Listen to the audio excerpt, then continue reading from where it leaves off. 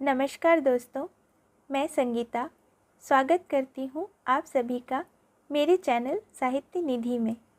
दोस्तों, आज की कहानी है मालती जोशी जी की लिखी अनहैप्पी बर्थडे। आइए सुनते हैं आज की कहानी। सुनिए, दीपा ने मुश्किल से पति को एक और बुलाकर कहा, अब और कितनी देर इंतज़ार करना होगा? 8 बजने को हैं। 8 ही बज रहे हैं ना, कहीं रात के 12 तो नहीं? तुम तो ऐसी आफत मचा देती हो कि बस। आखिर बॉस हैं वे मेरे, उनके लिए 10-5 मिनट इंतज़ार कर लेंगे तो कोई नुकसान नहीं होगा। लेकिन उन लोगों को तो होगा जो घंटे भर से बोर हो रहे हैं। आपके बॉस यदि लेट आते हैं तो उसकी सज़ा समय पर आने वाले क्यों भुगतें? चेतन ने आंखें तरेर कर पत्नी को देखा। बेचारी सहम तो गई, फिर भी हिम्मत करके बोली, बच्चे भी तो उतावले हो रहे हैं। वह तो गनीमत है कि पड़ोस की अलका उन्हें बहलाए हुए है, नहीं तो अब तक तो गदर मच जाता। चेतन ने कोई उत्तर नहीं दिया, पर दीपा जानती थी कि इस मौन का अर्थ सम्मति नहीं है। इसका मतलब है चुप हो जाओ और बैठकर प्रतीक्षा करो। बेचारी चुपचाप फिर से मेहमानों के बीच आकर बैठ गई। कहाँ गायब हो गई थी? मिसेस गुप्ता ने टोक ही दिया। ज़रा किचन तक गई थी। कितनी भी तैयारी कर लो, आखिरी समय तक कुछ न कुछ याद आता ही रहता है। अरे कुछ न पूछो, मुझे तो 2 दिन पहले से ही ऐसी टेंशन हो जाती है कि सामने रखी चीज़ तक दिखाई नहीं देती। मिसेस गुप्ता शुरू हो गई। दीपा डर गई कि अब इनकी पार्टियां और इनकी तबीयत दोनों का बखान सुनते सुनते सवेरा हो जाएगा। तभी सौभाग्य से मिसेस मल्होत्रा ने चतुराई से विषय बदल दिया।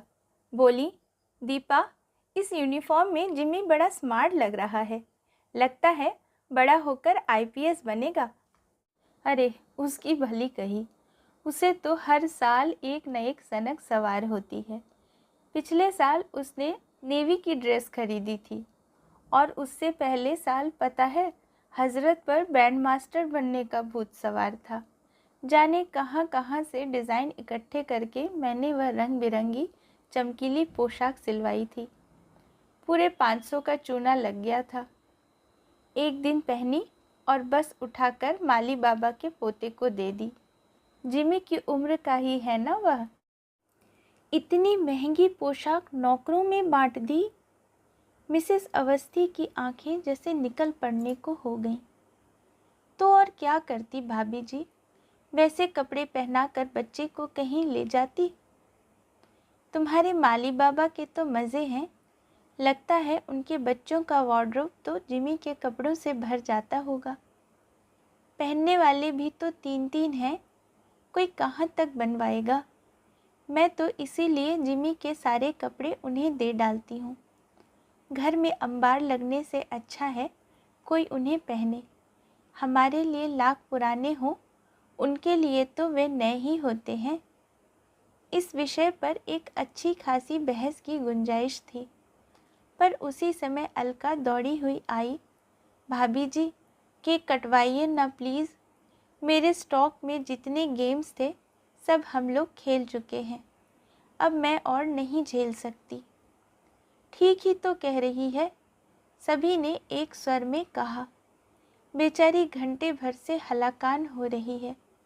उसी के दम पर बच्चे इतनी शराफत से बैठे हैं, नहीं तो अब तक केक की आइसिंग तक चट कर गए होते। दीपा पसोपेश में थी कि क्या करे, कैसे पति को राज़ी करे।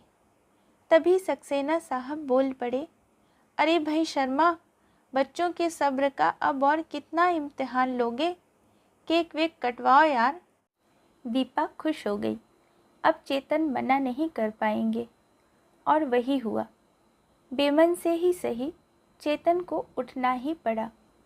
फिर तालियों की गड़गड़ाहट के साथ केक काटने का शुभ कार्य संपन्न हुआ।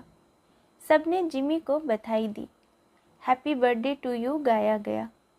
कैमरा 5-7 बार क्लिक हुआ और बस हॉल में घमासान युद्ध सा शुरू हो गया।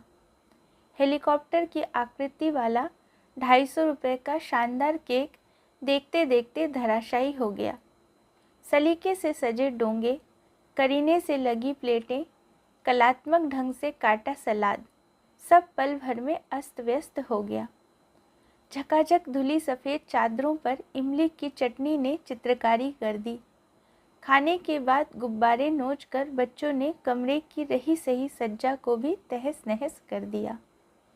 चेतन सब कुछ देख रहा था और देखकर कुढ़ रहा था। उसे मालूम था कि ये सब होगा, इसीलिए वह केक इतनी जल्दी नहीं कटवाना चाहता था।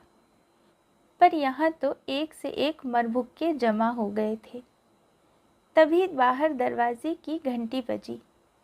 चेतन आदतन बाहर की ओर लपका, पर अब उसके चेहरे पर उत्सुकता नहीं, तनाव था। जाते हुए उसने फुसफुसा कर पत्नी से कहा भी, 5 मिनट और रुक जाती तो क्या प्रलय आ जाती, पर नहीं, तुम तो अपने मन की ही करके रहोगी। दीपा हैरान, भला उसे अपने मन की करने का मौका ही कहाँ मिला, नहीं तो लोग अब तक खा पीकर घर चले गए होते।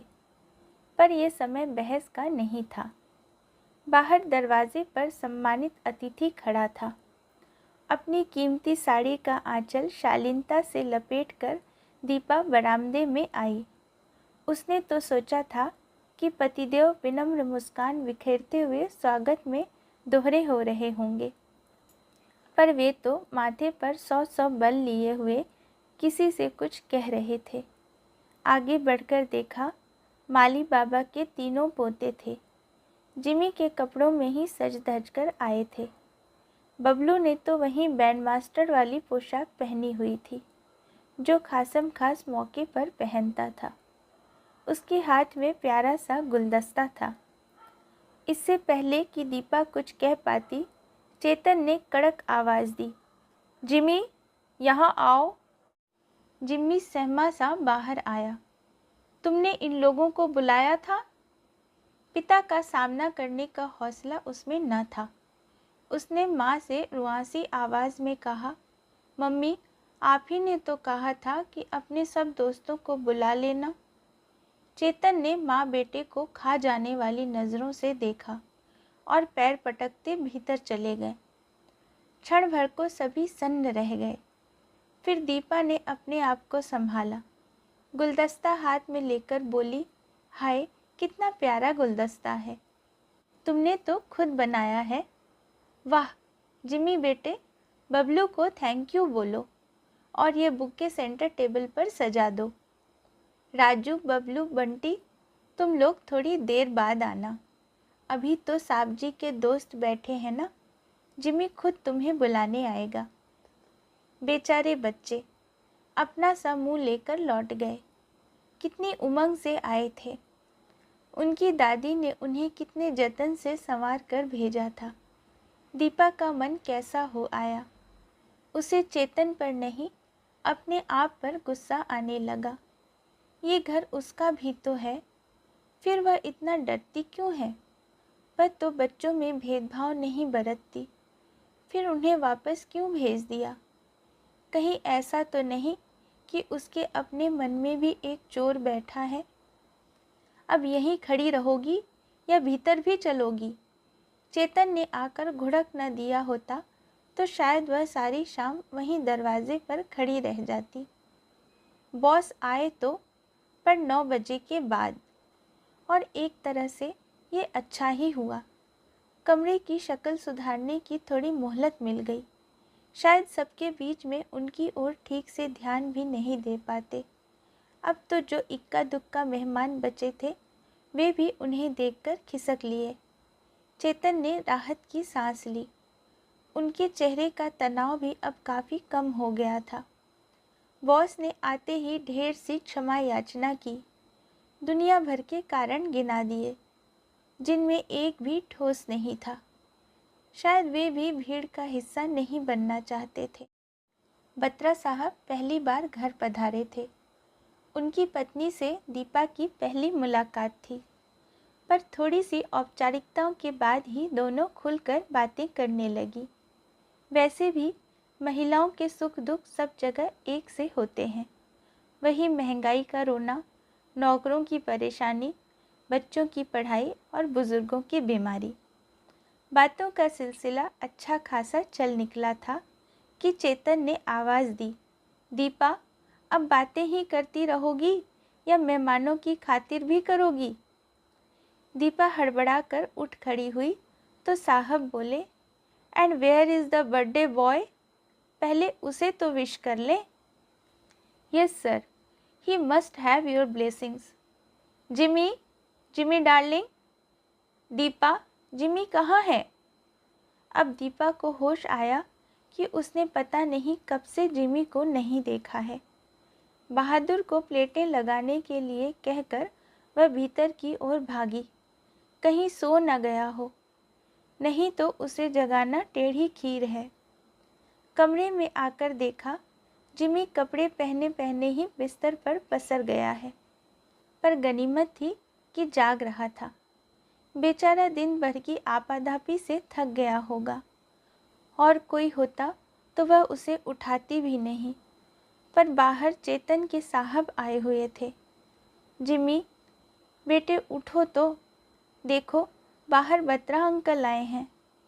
उसने बेटे को पुचकार कर खड़ा कर दिया, कपड़ों की सलवटें ठीक की, चेहरे पर गीला रुमाल फेरा, बालों में हल्का सा ब्रश किया। तब तक चेतन धड़धड़ाते हुए भीतर चले आए। हरी अब भाई, ये तुम क्या करने लग गई? तुम्हारे बेटे को ज़रा प्रेजेंटेबल बना रही थी। Thank you very much. और बरखुरदार, आपको सब याद तो है ना? ज़रा ठीक से बिहेव करना। जिमी कुछ नहीं बोला, यंत्रवत माँ की उंगली पकड़कर बाहर आ गया। न तो उसने नमस्ते की, न हाथ मिलाया, अपना नाम तक बता नहीं पाया। और जब मिसेस बत्रा ने उसे बड़ा सा पैकेट थमाया तो उसने थैंक यू तक नहीं कहा। पल भर को एक असहज सन्नाटा सा छाया रहा। फिर दीपा ने क्षमा याचना के स्वर में कहा, दरअसल मैं उसे सोते से जगा कर लाई थी। नेचुरली 10 बज रहे हैं, बच्चा सोएगा नहीं क्या? मिसेस बत्रा ने मिश्री सी खोलते हुए कहा। पर दीपा आश्वस्त नहीं हुई। उसे उन लोगों की चिंता थी भी नहीं। उसे तो चेतन की नाराज़गी का डर खाए जा रहा था। उन लोगों को जैसे तैसे विदा करने के बाद वह भीतर आई। देखा, जिमी अब भी उसी तरह सुस्त लेटा हुआ है। उसका मन ममता से भर आया। पता नहीं इसने ठीक से कुछ खाया भी या नहीं। हम लोग बच्चे के नाम पर इतना जश्न करते हैं, पर वही सबसे ज़्यादा नेग्लेक्ट होता है। कुछ खाओगे बेटा? जिमी ने कोई जवाब नहीं दिया। तुम कपड़े बदल लो, फिर हम प्रेजेंट्स खोलेंगे। मैं बोलती जाऊंगी, तुम लिखते जाना। पर इस आकर्षक प्रस्ताव पर भी जब जिमी मौन रहा, तब उसका माथा ठनका। प्यार से उसके सिर पर हाथ फेरते हुए पूछा, क्या बात है बेटा, मम्मा से नाराज़ हो? तभी चेतन आंधी की तरह कमरे में दाखिल हुए। कसैले स्वर में बोले, वाह क्या लाड़ हो रहे हैं, तुम्हारे इसी लाड़ प्यार ने तो बर्बाद करके रख दिया है। ओफो, अब आज के दिन तो उसे बख्शो। आज के दिन ही तो 4 भले आदमी घर में आते हैं, सारी इज्जत का कचरा करके रख दिया। क्या फ़ायदा है इतने महंगे स्कूल में भेजने का? ढंग के 2 बोल भी इनके मुंह से नहीं फूटे। और स्कूल भी बेचारा क्या कर लेगा? घर में भी तो ढंग का वातावरण हो। इससे तो अच्छा था मैं उन लोगों को आमंत्रित ही नहीं करता, कम से कम उनकी इंसल्ट तो न होती। पति की धुआंधार बमबारी से दीपा के आंसू निकल आए। माँ का रुआंसा चेहरा देखकर जिमी को ताव आ गया। बोला, पापा, आपने भी तो मेरे दोस्तों की इंसल्ट की है, मैं भी उन्हें आमंत्रित करके आया था। बदतमीज। जिमी की बात पूरी होने के पहले ही एक झन्नाटेदार तमाचा उसके गाल पर पड़ा। बेचारा बच्चा पल भर भौंचक्का रह गया। फिर अनायास उसके होंठों पर वह वाक्य आ गया जिसकी रिहर्सल बत्रा अंकल के लिए 20 बार की जा चुकी थी। कांपती आवाज़ में बोला, थैंक यू पापा, thank you for the beautiful gift. दोस्तों, मैं आशा करती हूँ कि आप सभी को मेरे द्वारा सुनाई गई यह कहानी पसंद आई होगी। अगर पसंद आई है तो मेरी इस वीडियो को लाइक और मेरे चैनल को सब्सक्राइब ज़रूर कीजिएगा। मिलते हैं अगले वीडियो में एक नई कहानी के साथ। कहानी सुनने के लिए धन्यवाद।